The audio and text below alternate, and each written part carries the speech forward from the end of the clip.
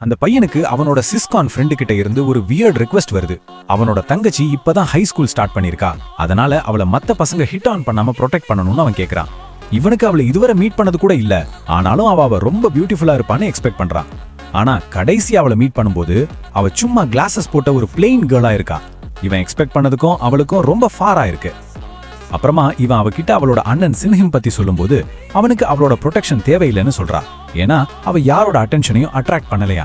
ஆனா இவனுக்கு அவ தான் ஆக்சுவலி அவனோட டைப்பா இருக்கா. சோ அடுத்த நாள் இவன் அவளை மறுபடியும் மீட் பண்ணி அவகிட்ட தனக்கு அவ மேல இன்ட்ரெஸ்ட் இருக்குன்னு கன்ஃபஸ் பண்றான். அவளும் சர்ப்ரைஸா தனக்கும் அவ மேல லவ் இருக்குன்னு சொல்றா. அவ அவனோட அண்ணன் கூட இருக்கும்போது இவனை சீக்கிரட்டா வாட்ச் பண்ணுவாளாம். 2 பேருக்கும் ஒருத்தர் மேல ஒருத்தர் ஃபீலிங்ஸ் இருக்குன்னு தெரிஞ்சதும் அவ கிஸ் பண்ண போறா. அவங்க 2 பேரோட ஃபீலிங்ஸையும் சார்ட் அவுட் பண்ணதுக்கு அப்புறம் அவங்க ஒரு கப்பலா இருக்க டிசைட் பண்றாங்க. ஆனா அவங்க ரிலேஷன்ஷிப்பை சீக்கிரட்டா வச்சு அவ அண்ணனுக்கு தெரியாம டேட் பண்ண ஆரம்பிக்கிறாங்க. ஆனா அவங்களோட சீக்ரெட் ரிலேஷன்ஷிப்பை அவ அண்ணன் கடைசியா கண்டுபிடிச்சா என்னாகும்?